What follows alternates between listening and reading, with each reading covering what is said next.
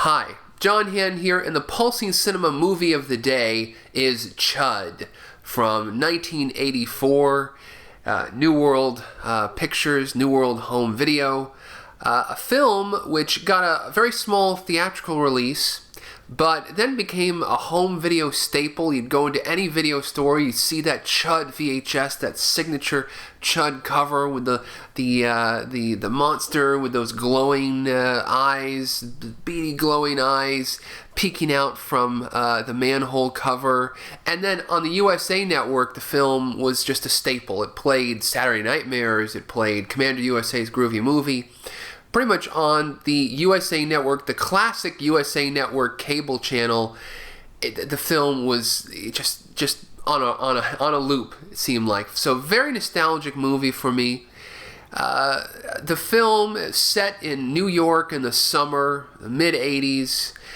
In the world of C.H.U.D, this secretive, evil government, big business, they are dumping toxic waste into the New York underground, the New York sewer system, and it's causing the homeless underground inhabitants to mutate into these monsters with glowing eyes who crave human flesh. The C.H.U.D, the cannibalistic humanoid underground dweller. And first of all, my first complaint about the C.H.U.D is that the C.H.U.D in this film, what is the C.H.U.D? And C.H.U.D has become a cultural thing. It's become a cultural word. People call each other C.H.U.D. There's, of course, the website C.H.U.D, the entertainment website C.H.U.D, what have you. C.H.U.D, C.H.U.D, C.H.U.D.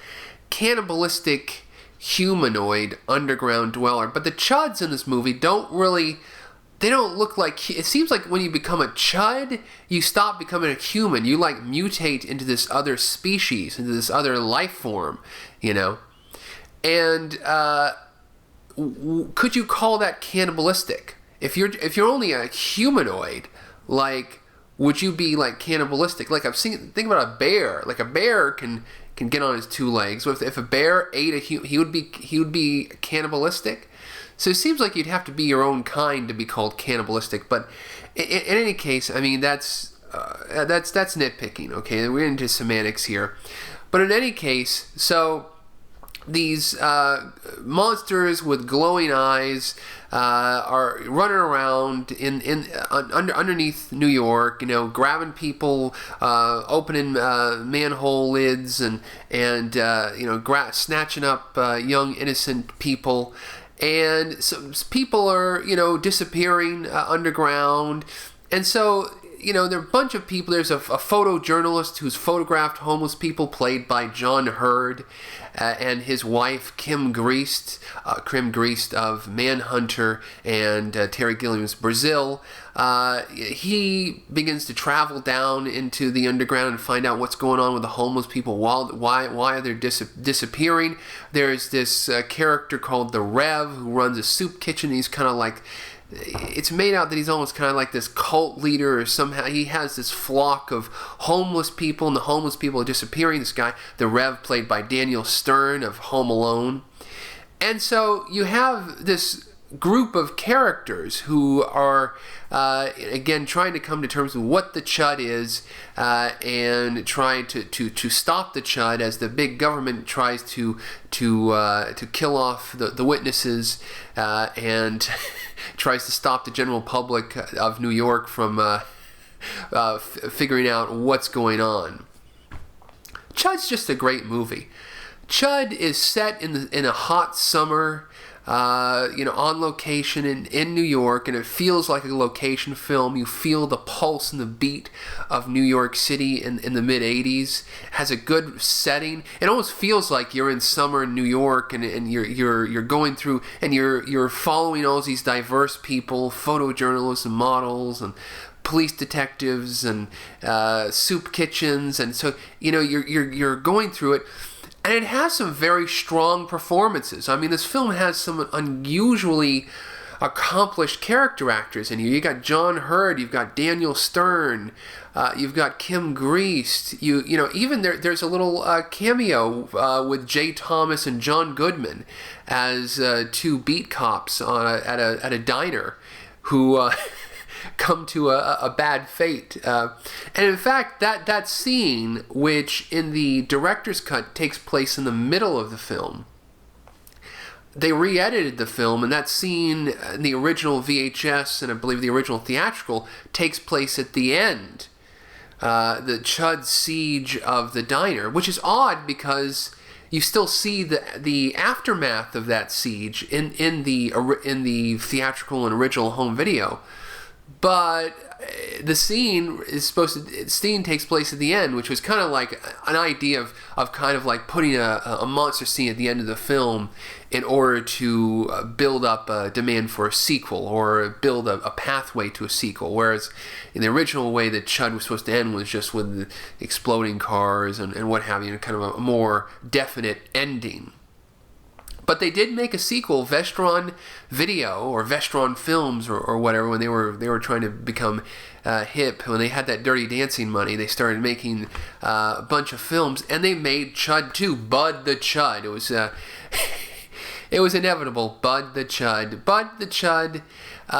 Garrett Graham as Bud the C.H.U.D, who's more of kind of like a zombie vampire thing. Yeah, the C.H.U.Ds in C.H.U.D 2 are kind of more, according to the commentary track, are more the original conception of the C.H.U.D, which was like just a homeless person who becomes like, I think like in Rabid, like in David Cronenberg there was Rabid, you just go crazy and you get sharp teeth and you get this weird glint in your eye and you just become this mad person that wants to kill and eat. And actually, actually you are a cannibal because you're actually still humanoid.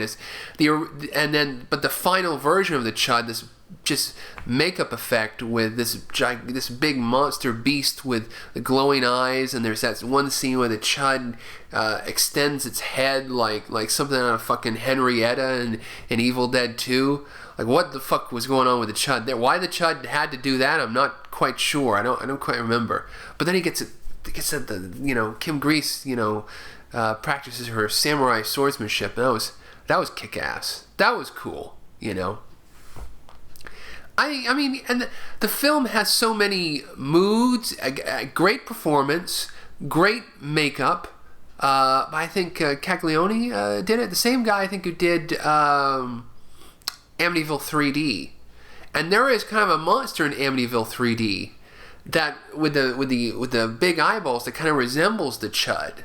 So I think there's I don't know who off the top of my head I don't quite remember the special effects makeup artist, but yeah, I see a little bit of similarity between that hot tub water monster in Amityville 3 and then the original the eventual big monster evil C.H.U.D from C.H.U.D Part 1.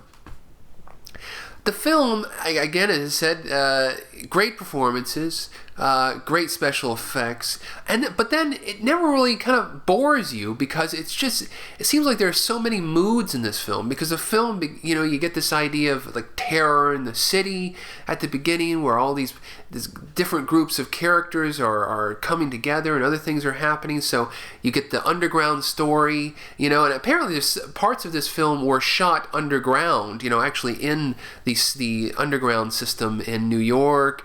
And it reminded me of that documentary Dark Days, that black and white documentary shot in the real underground. And I watched that movie Dark Days, and I always envisioned like a C.H.U.D coming out at some point in that film. But that's just my ridiculous mind, my ridiculous C.H.U.D affected consciousness. So you've got that underground story, you've got the cops searching for his wife and Daniel Stern, and then you've got the story of the EPA people and the corrupt political officials who are trying to cover the whole situation up. And then there's a whole sequence where they reveal to the Daniel Stern character and then the Bosch, the police captain, that we know these things, and they go with this suited group force, kind of like something out of like Alien or Aliens, where you've got a group of people who are going underground and trying to find out where the C.H.U.Ds are, and it doesn't end very well. It doesn't. They find out where the C.H.U.Ds are very quickly, but yeah, it doesn't doesn't end very well for those biosuited people. So you got that kind of biosuit type thing, like the aliens trying to find the aliens underground, but then they get killed by the aliens. And then at the end of the film, you got Kim Greist in this apartment complex where there's some chuds and ooh, are they gonna get her? Da, da, da, da, da, So you've got that kind of stalk and chase in a house thing. So there's a lot of different moods. There's a lot of different tones. There's a lot of different rhythms that you're not just stuck in this one movie. It feels like 5 movies combined. And there's all these little moments in the film that I think make it unique. Like, what the hell were those chuds doing in their underground lair? We see a few moments of their underground chud lair where they're seems like they're in this area just kind of hanging out and worshiping like toxic waste or something. I never wondered what the hell were the chuds doing down there. Why does Kim Greist want to put makeup on her ass? If I want to intimidate somebody and they're about to make a phone call, I'll just snatch the change out of their hand and just swallow it and then gulp in a very intimidating manner. That's what I've learned from Chud. That's what I can do. That's just another part of the toolkit that you can learn by watching horror films. Yeah, that was a wild moment. And then there's all these other just little character. And then remember when they were in the soup kitchen and there's that crazy guy who's halfway on to being a chud himself, which I think that was the original vision of the chud. That guy who was just kind of a normal homeless person, but then he starts to get kind of fucked up and demonoid. He's like Gog and Agog. And then he's all shaking and going crazy. That's great. That's great performance stuff. Performance, the tone of it, just the setting. It just feels like you're hanging out in New York in the mid '80s in the summer and just hanging out with these characters. Oh man, great actors, great setting. The DVD, the Anchor Bay DVD, had one of my favorite commentary tracks of all time.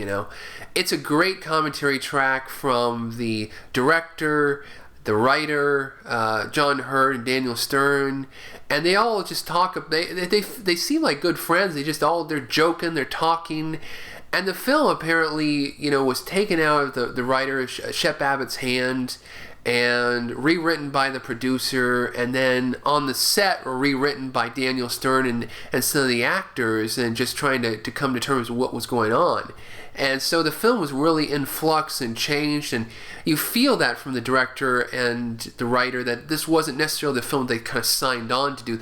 The Chuds were originally visioned to be, as I said, more like just humans that were kind of turned into zombies, and it was more of a kind of a cult thing. And I think the rewriting brought in this whole government conspiracy, this big business government conspiracy, all this bullshit, and the extra acronym the extra acronym of the contaminated urban hazard development whatever shit. I mean that which is supposed to be the real acronym, and CHUD is the cover acronyms. Who the fuck comes up with cannibalistic humanoid underground dwellers as what's the I'd like to be a fly on the wall of that evil corporate big business meeting where, okay, we're gonna call it cannibalistic humanoid underground dweller. Yeah, that's good. It's oh, okay, it's okay. Oh man. So such a nostalgic film, Chud. A few years ago, Criterion announced that they were going to release Chud on DVD and Blu-ray, I believe. They announced it on April 1st, and then I don't know what happened to it. They never released it. I think they lost the rights to it. I don't know. But in any case, it was released on Anchor Bay and Image on DVD, and that's good. But in any case, Chud, a great film, a classic, iconic by this point, 80s horror film, but kind of obscure still. It's a shame. People should know more about Chud because it's a solid film with solid performances, solid effects, and overall very solid as a rock. Great film.